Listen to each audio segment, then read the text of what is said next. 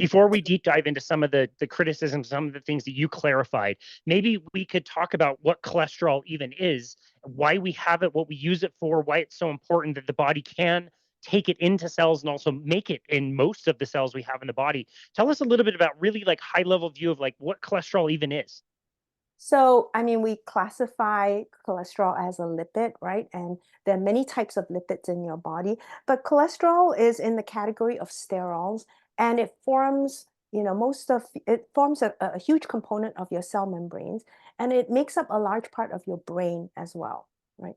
And it also ends up being sort of the starting point for the formation of other products in your body that are important for cell growth and proliferation. So we have all our hormones, the steroid hormones, like let's say the cortisol, glucocorticoids, the mineralocorticoids, the sex hormones, your progesterone, your estrogen, your testosterone. All of these use the backbone, almost the skeleton backbone of cholesterol, and they are formed as a component of that backbone, right? So the byproducts or the end products of cholesterol are also very important in life. So they did mention, and this was as good of them to talk about the steroid hormones and those end products of cholesterol. And they did mention the importance of cholesterol in cell membranes. And without cholesterol in the cell membrane, the cell just isn't viable, right? And not just the cell membrane, there are different compartments in the cell that also have membranes. And we also need cholesterol in those compartments, right? So, and then furthermore, within membranes, the addition or subtraction of more or less units of cholesterol changes the structure of those domains in the membrane. So not only is it necessary for forming a membrane, but it also controls different domains and different functions in those domains, right? So it has many layered sort of functions there. And then one component that I felt was completely missed, but is really crucial, is the immune function of cholesterol. That people don't realize that your immune cells utilize cholesterol metabolism to turn on or off different types of inflammation. So if we're going to have a particular type of inflammation, we might be using cholesterol metabolism in a certain way so that we make a set of inflammatory cytokines to turn on that form of inflammation. Okay? And if we had different cytokines as a result of cholesterol metabolism, then we would have a different signaling pathway that would lead to another type of inflammation. So your immune cells are actively using cholesterol and cholesterol metabolism to generate different forms of inflammation. And that has been completely ignored for a long time, not just by Attia and Dayspring, but by many people, right? And then there's a component that is super, super interesting. There is constantly this hide and seek going on in your body where your body is trying to deprive any pathogens, any invading viruses or bacteria into your body from accessing the cholesterol. We talked in my review about how expensive it is to make cholesterol. It's really energetically very expensive. And so for any microorganism that gets into your body and needs to grow, divide, and invade your cells, it's going to need cholesterol to form membranes and so forth, right? And it's going to cost them a lot of energy.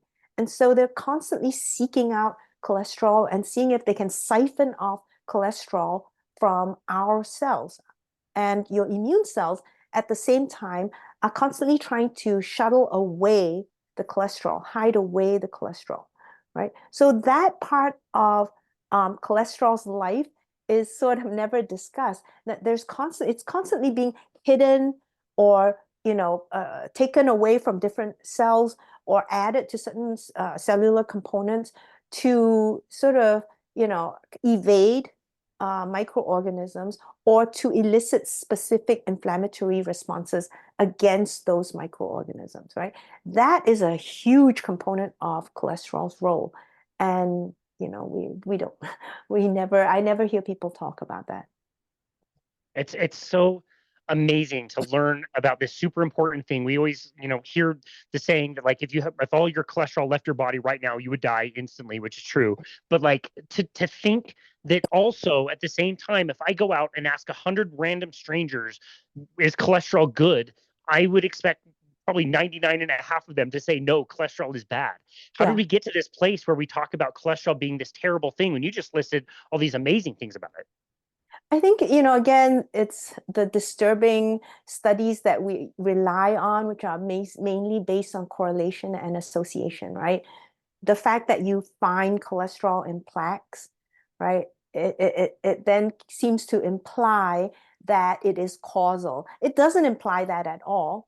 I mean, the most you can say is that there is some kind of association or correlation, right? But there's nothing that would imply causation, as we well know. But again, I think in the general medical world and in the general public sense, the idea of association is linked to causation. And so now we perpetuate this. And unfortunately, it's perpetuated a lot within the medical world. And, again, what the medical world gets is fed to it often by pharma, right? Don't forget that our medical system is really not based on science. And this blows, it's hard for people to understand this because they're always thinking, oh, well, it's science-based. No, the medical system is not science-based. It is always based on guidelines and algorithms. I want to remind people of that. The entire medical system and the way that we practice medicine is based on guidelines and algorithms. Who makes the guidelines? Well, a lot of times pharma has a large role in making the guidelines. You'll see in the guidelines committee lots of people from pharma in that committee, and they are guiding the guidelines, right? And the algorithms come out or feed out of the set of guidelines that were made. And now every doctor is given the algorithms and the guidelines. And then there's this inherent threat hanging over the provider, right? Oh, if you don't do X, then you'd be going against the guidelines. Okay. Now, it doesn't occur to them that the guidelines don't necessarily associate with science. So the fact that you might be going against the guidelines doesn't equate to you going against science. But it's hard. That's too complicated. It's too much, right? So because those guidelines have mainly other interests besides science, yeah? Economic interests and so forth, business interests. So the furthest interest from those guidelines would be, science, right? If you think about it. So when you think about that, you can understand why we get this myth that, oh, when you think about cholesterol, it's bad. Now, it's interesting because when you talk to scientists based in the biological sciences who do hardcore science, right? And they're working on, let's say, the immune system, or they're working on certain pathways, metabolic pathways and so on. When you speak to hardcore scientists, they actually don't buy into this idea of cholesterol being bad, and they go, well, that's sort of the myth that's being spread, right? But in the medical world, it's very, very strong. It's very strong. And that this clinging to that, and, I don't think they're understanding that they're clinging to a guideline, essentially. Yeah, it's so interesting. We just did an episode with Dr. Mark Cucuzzello, and we talked quite a bit about GLP-1 agonists, the new hit drug for weight loss and obesity, which you would be very familiar with. And you start to get the sense, like the people that have dug deep into these things have found that the companies that are making the drugs, they paid for the trials, they designed the trials, they put on the trials, they decided what data was included, what was interpreted, how it was presented. They did their own peer review, and then they paid the doctors to go out and talk about it in all these conferences. And you're like, there's no end to conflicts of interest in the industry. It's insane. And a friend of mine who used to be in charge of these different trials, he said that the thing that people don't realize is if there are negative results from a trial, those don't get published. they choose not to publish those results. So again, we select out the things that we publish, right? So that's when people ask me, do I read like, all these? I don't have much interest because it's so contaminated that to me, it's like, well, should I read some real science or should I read fiction? Right. And, I prefer my fiction in other forms.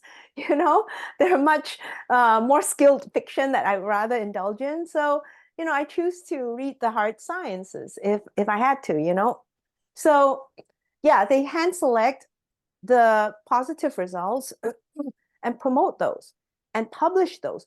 But if they have a negative result, they're not going to publish that. Why would they? Why would they spend the money on publication, right? So that in itself is already troublesome. And then speaking of GLP-1, just a little kind of promo, I will be doing an episode specifically on GLP-1 that's coming up probably at the end of March. And I'm going to really dive into the deep science of GLP-1 because I think, I got to a point where I was just frustrated and fed up because a lot of times doctors, drug reps, they're like, oh, you should prescribe these GLP-1s. Great. How's it work? Incretin, it's very, very good somehow. And I'm like, no, wait, I didn't hear a pathway. Can we rewind? And basically, they're asking you to write a script for something that you don't really know how it works. Okay, well, that's interesting. When we find out how it works first, and I would be way more comfortable, right? So I had to do a deep dive myself, right? And I'm preparing for this upcoming episode. There will be a very deep dive on GLP-1. And clearly the science is there, but we've not focused on it and people don't really understand because it is more complicated than people realize.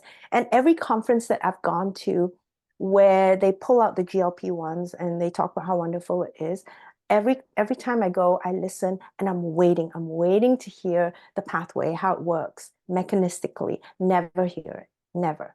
And so that was really frustrating. I thought, okay, I need to do an episode on that. So just a little plug, and maybe I'll come back and talk to you about that. I would love that. That would be absolutely amazing. I would absolutely love that. Very much looking forward to that episode.